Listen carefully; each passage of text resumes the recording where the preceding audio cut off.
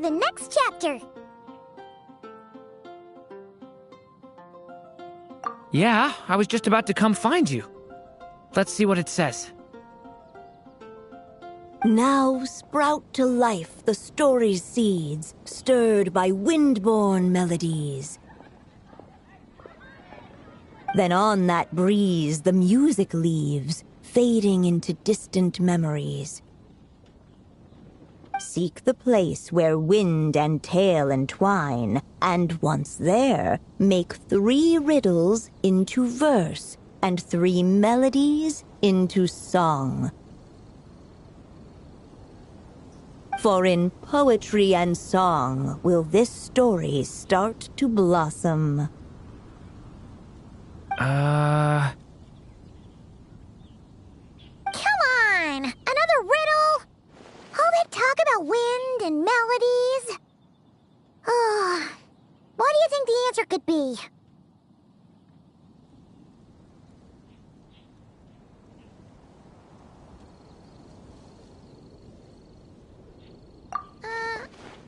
Oh! Care to elaborate?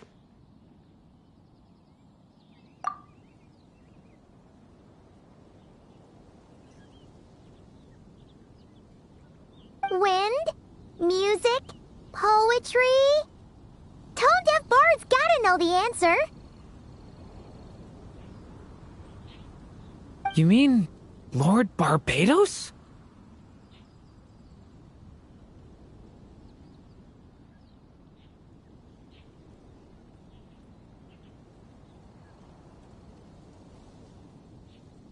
Albedo introduced us when I first arrived in Mondstadt. I mean, someone like me was bound to catch his eye sooner or later. It's better that it's out in the open anyway. Now, how should we track him down?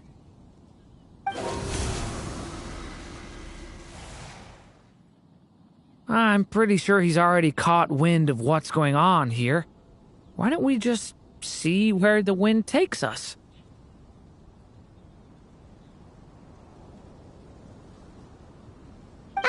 Right.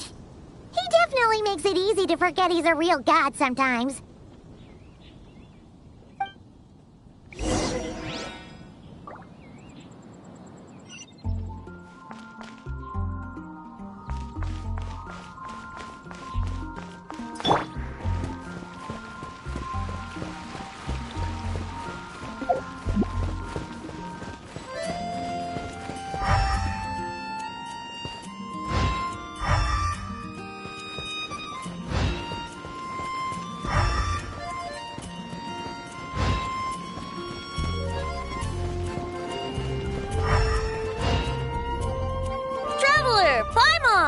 What a sight for sore eyes! Ah, and the little dragon from the fairy tale world.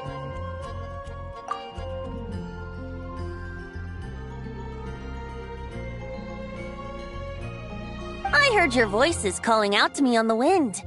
Something about needing help with a riddle? Sorry to disturb you, Lord Barbados. Disturb me? Not at all! To tell you the truth, I'm just as curious about this riddle as you are. Let me take a look.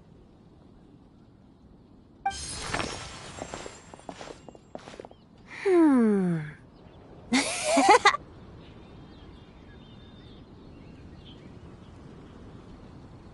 is it? Did you figure out the answer? 3 riddles and 3 melodies. That sure takes me back. The answer you seek lies hidden in memory. Looks like running to Tone Deaf Bard was the right call after all. Long ago, those mages came to Mondstadt, seeking to test their strength against mine. But I replied, let us make music, not war, and resolve our conflicts through song. So I strummed my lyre and sang them this verse.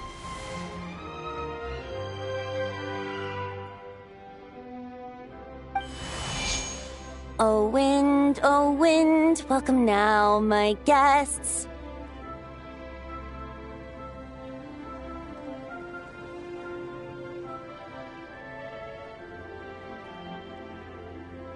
Pass through verdant leaves unseen, where shape your formless self may take, and offer up a graceful scene, a fleeting gift for welcome's sake.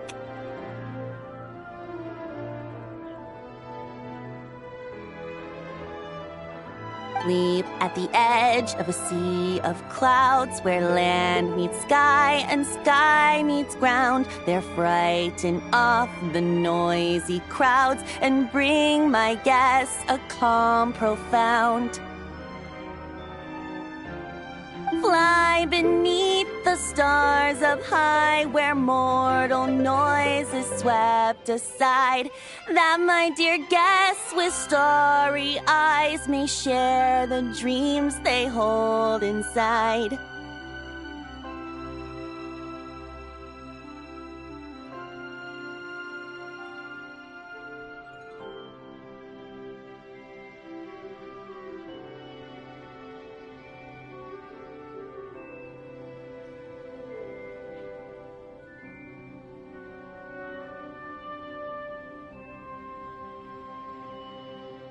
Now go to where I vowed to keep a quiet spot for them to sleep.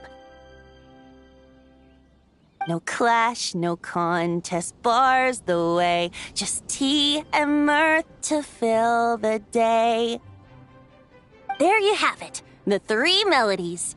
As for the answers to those 3 riddles, I trust you can guess them by now. The woods, the edge of a cliff, and the sky?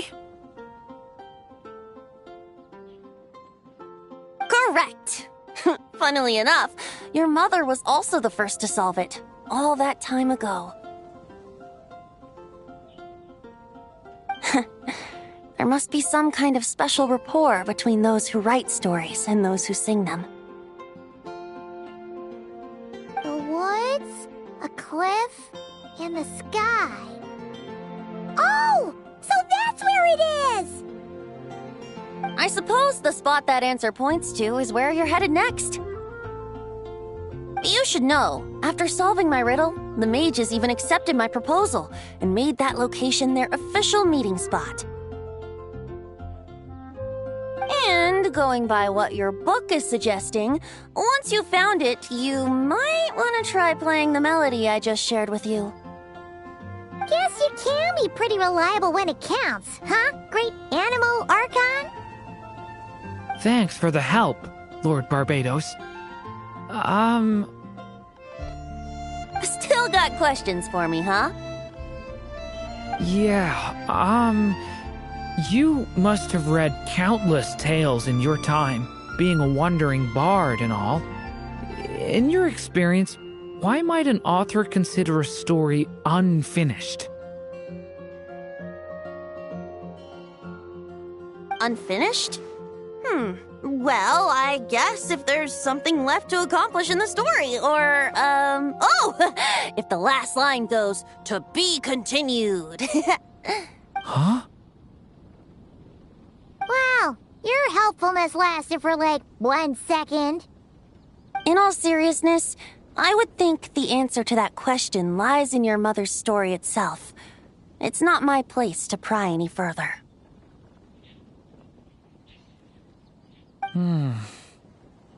All right then, we should get going.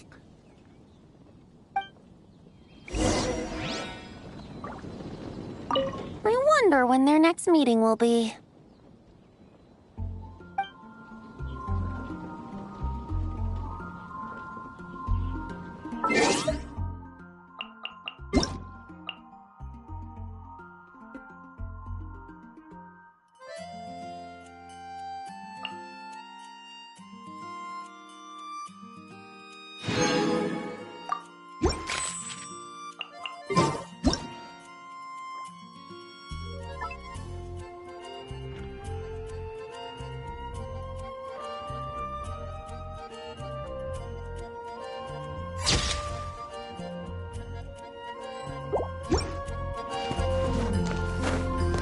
Okay,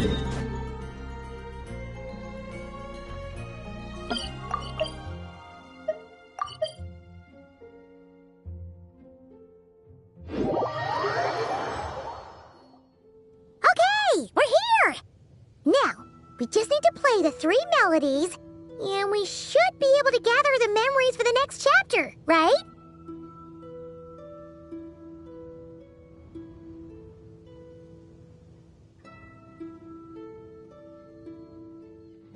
A musical performance. Out of all the things Miss Lisa has taught me, that's the one I'm worst at.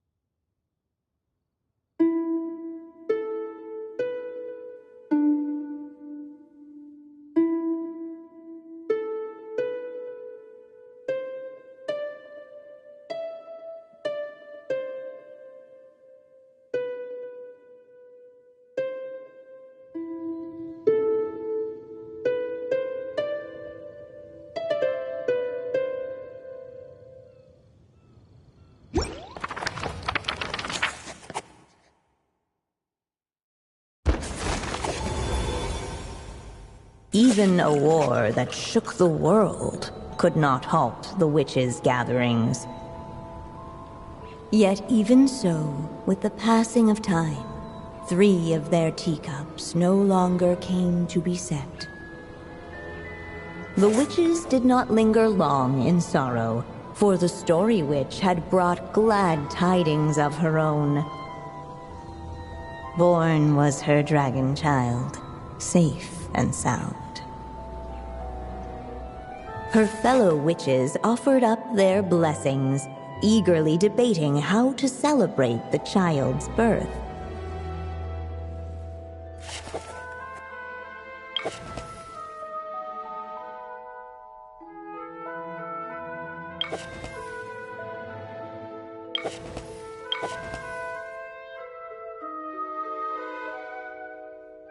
In the end, they settled on the most vibrant balloons they could find.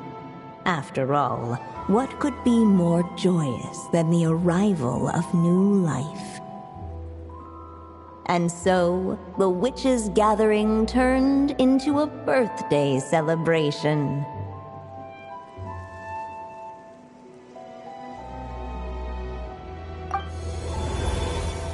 So, we're back in the story world, huh?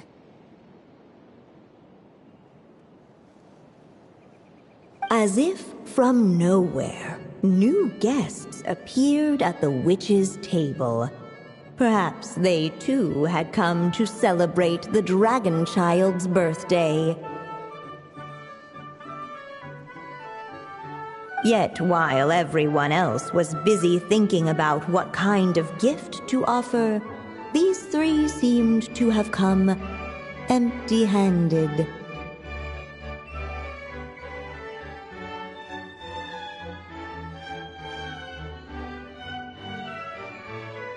Hardly the recipe for a warm welcome to a birthday party, now is it?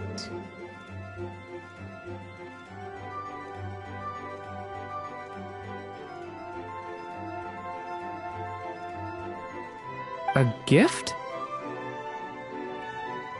Hey, what's this all about? We only just found— While the guests voiced their complaints and grievances, perhaps they should have been wondering what kind of gift to give instead.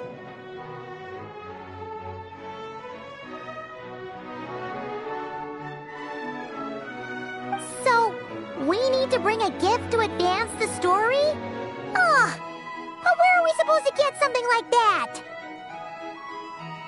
Perhaps it would be a good idea to have a look around. Why didn't you just say so?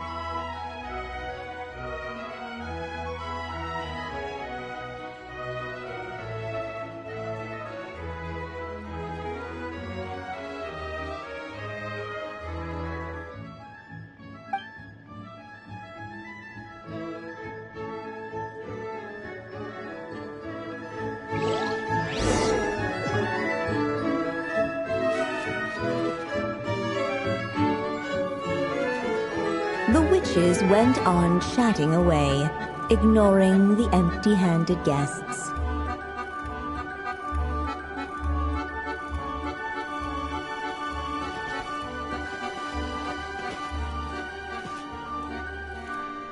The witches went on chatting away, ignoring the empty-handed guests.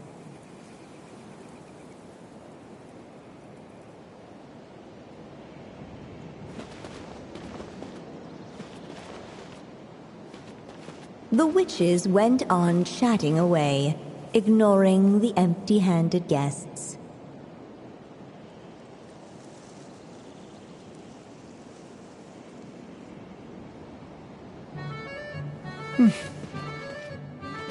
The witches went on chatting away, ignoring the empty-handed guests. Hey! Could we use these as gifts, maybe? At last, the guests found something to give the dragon child. Guess that's a yes, then. Which one should we go for?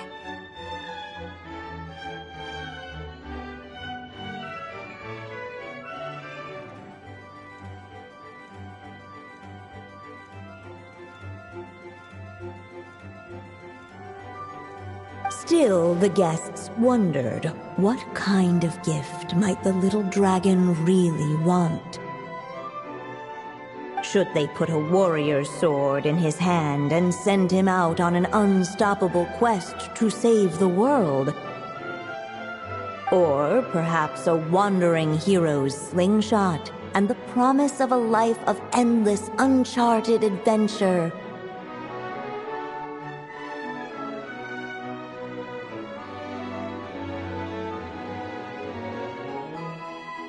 Or maybe even a scholar's tome and the chance to take on all the world's unsolved mysteries.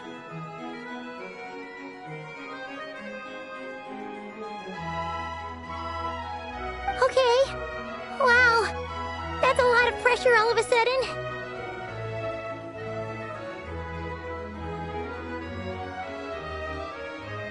Oh yeah!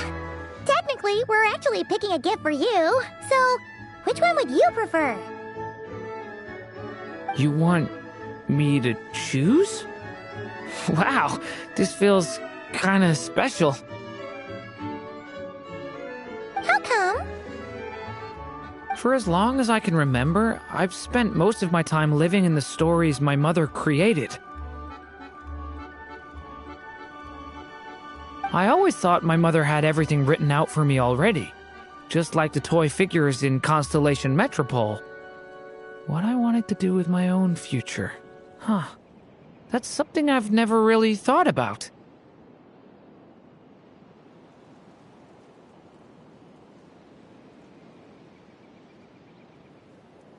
What did I want back then? This is the first time I've ever asked myself that question. Sounds like this is the perfect opportunity to answer it then.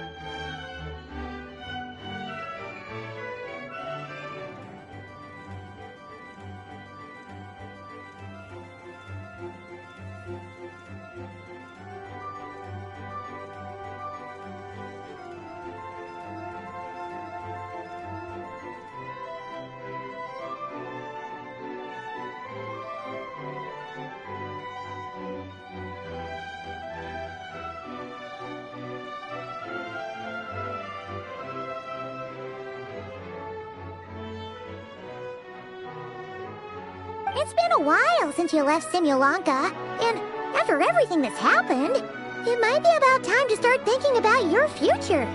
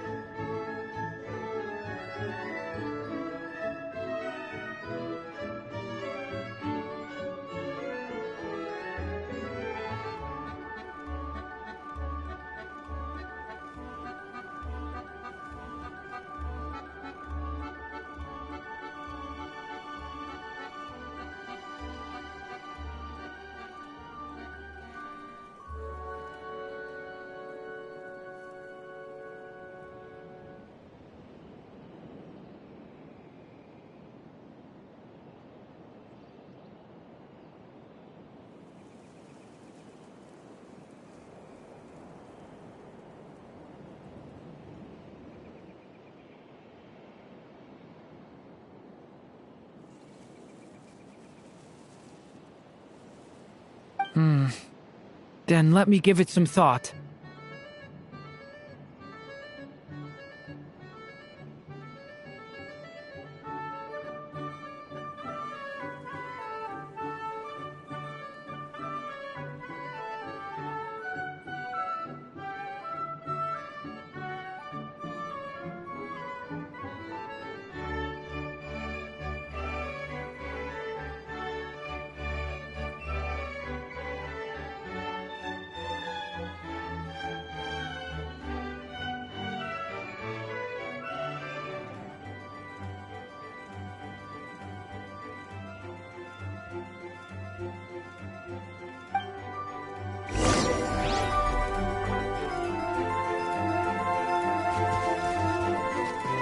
The witches went on chatting away, ignoring the empty-handed guests.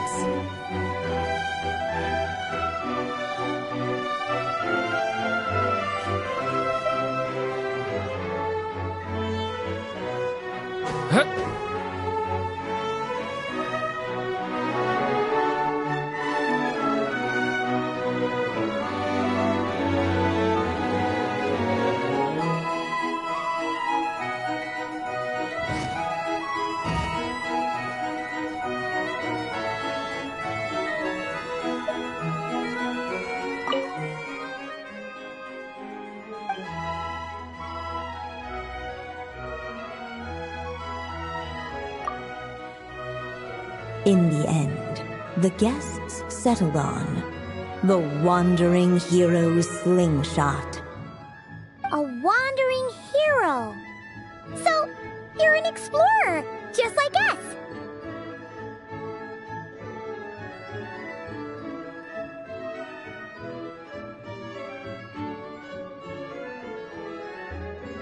I guess you inspired me. During our journey from Mondstadt to Nodcry, we passed through many places and encountered all sorts of different people. But despite the immense distances between them, there was always one topic that kept cropping up. Your accomplishments. Well, we are world-renowned adventurers, after all. Come to think of it, isn't a wandering hero basically the same thing as an adventurer? I've always thought of adventurers as people who chase after stories, and in doing so, they also leave behind many of their own. I'd like to become someone like that, too.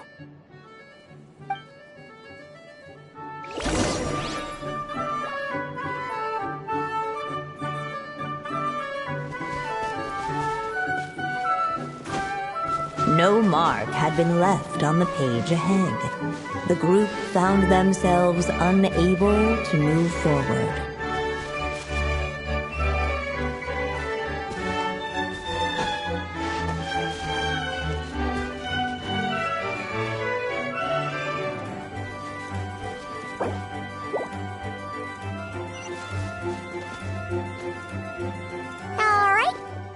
let us in now that we've got a gift, right? Hello there. Brought a gift this time? The newly arrived guest presented his gift, wishing the little dragon a future as a wandering hero, free and unburdened. Accepting the guest's blessing, the Story Witch invited him and his friends to take their place around the table. Finally, she could introduce them all to her dragon child, telling all in attendance about the moment of his hatching, and of course, the name he'd been given.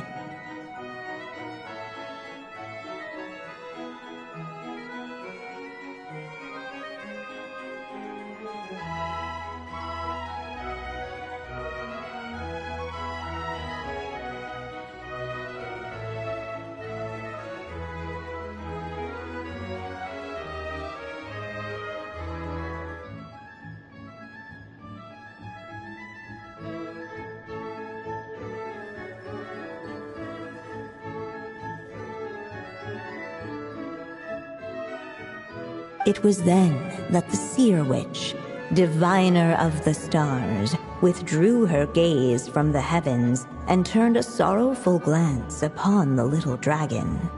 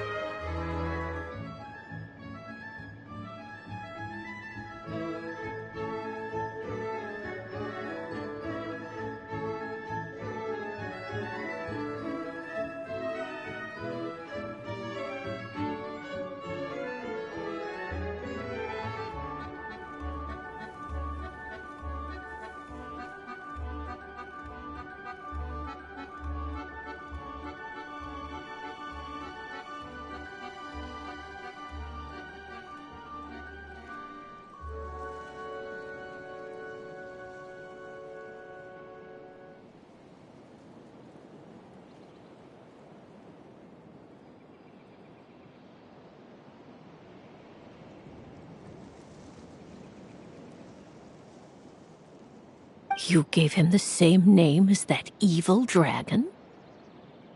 That's right. But the life I intend for him shall be very different. What folly, to love so blindly. For as you must know, a name is the mirror of destiny itself. He who bears an evil dragon's name must also inherit the fate of its previous owner. His fate has been foretold. Then I'll rewrite it. The witches at the table fell silent, for they knew the seer witch's words had never once proven wrong. Yet, just as clearly, they recognized the story witch's resolve, for there is scarce a force in this world more fearsome than a mother's love. At last, the merry witch stepped forward, dispelling the uneasy silence. So be it. Then we'll all lend a hand. Together, we shall rewrite this child's fate.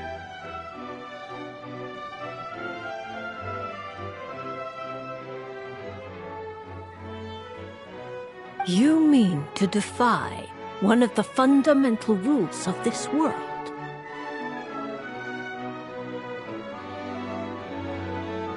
I refuse to be shackled by such rules. Besides, this is a witches' gathering, is it not? What could be more fitting a subject for this occasion than to defy them? Oh? Sounds like an interesting experiment.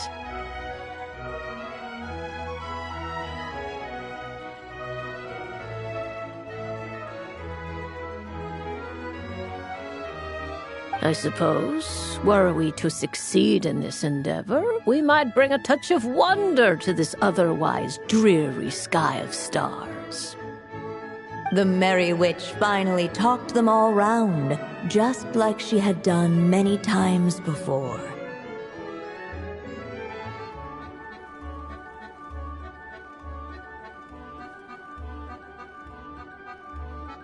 Warm and strong as the sun she was, so much so, in fact, that those who her light shined down upon had no choice but to bask in it.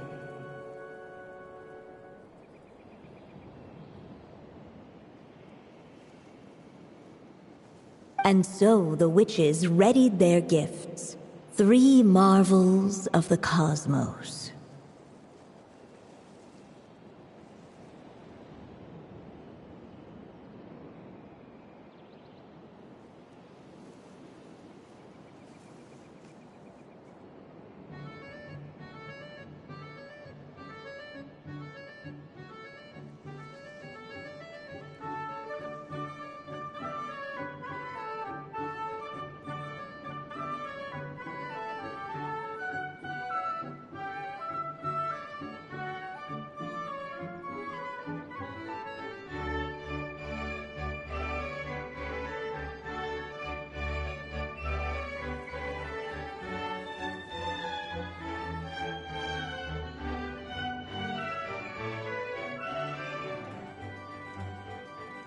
For this child, I shall decipher the ravings of the heavens and lay bare before him the trickery of fate.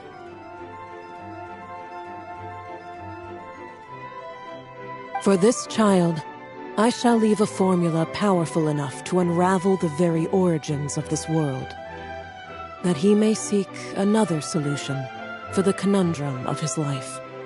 For this child, I shall call upon wondrous magic to make possible his impossible wish.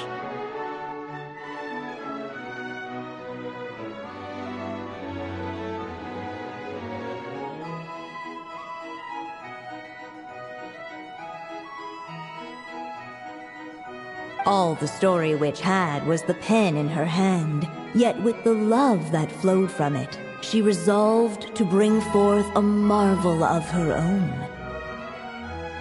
For this child, I shall leave behind the last story I will ever write, and with it, a path to an ending yet untold.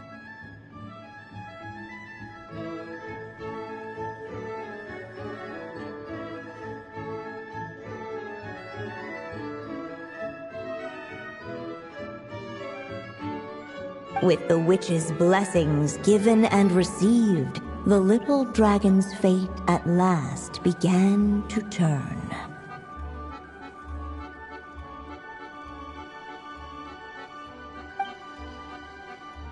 In the midst of the dragon child's birthday celebration, the seer witch proclaimed her prophecy. The child had been given the evil dragon's name, and with it, the burden of its fate. But hearing this, the story witch vowed to rewrite it all, for such was her love and resolve. And so the other witches offered their gifts in turn, marvels as rare as any in the cosmos. Together, they sought to test one of the fundamental laws of this world, in part to support a mother's love, and in part to sate their own curiosity. Oh, and I almost forgot. Our new guests came bearing blessings of their own. Who knows? Perhaps this extra spark of life might be all the little dragon needs to change his fate.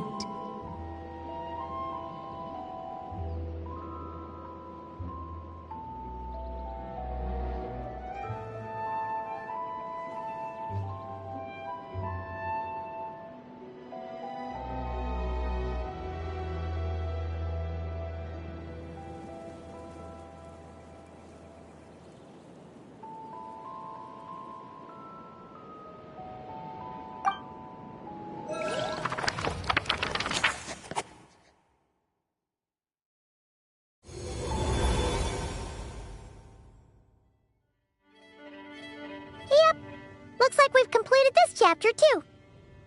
Those witches in the story were the mages of the Hexen Circle, right? They sure seem to care a lot about you, Durin.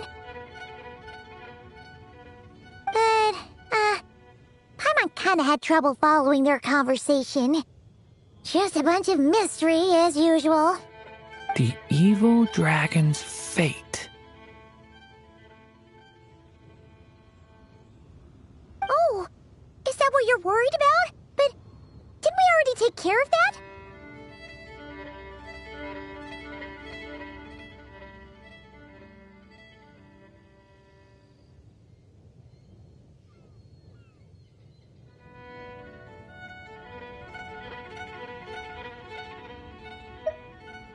Ah, the mages must have had a hand in that, too.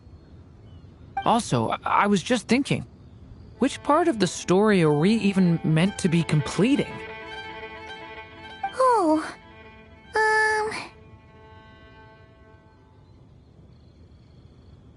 It feels less like we're filling in the gaps and more like we're adding something new altogether. But we use the ink, right? And the book hasn't given us any more clues, so that must mean our task is complete. At least for now. Yeah, I guess we're doing something right.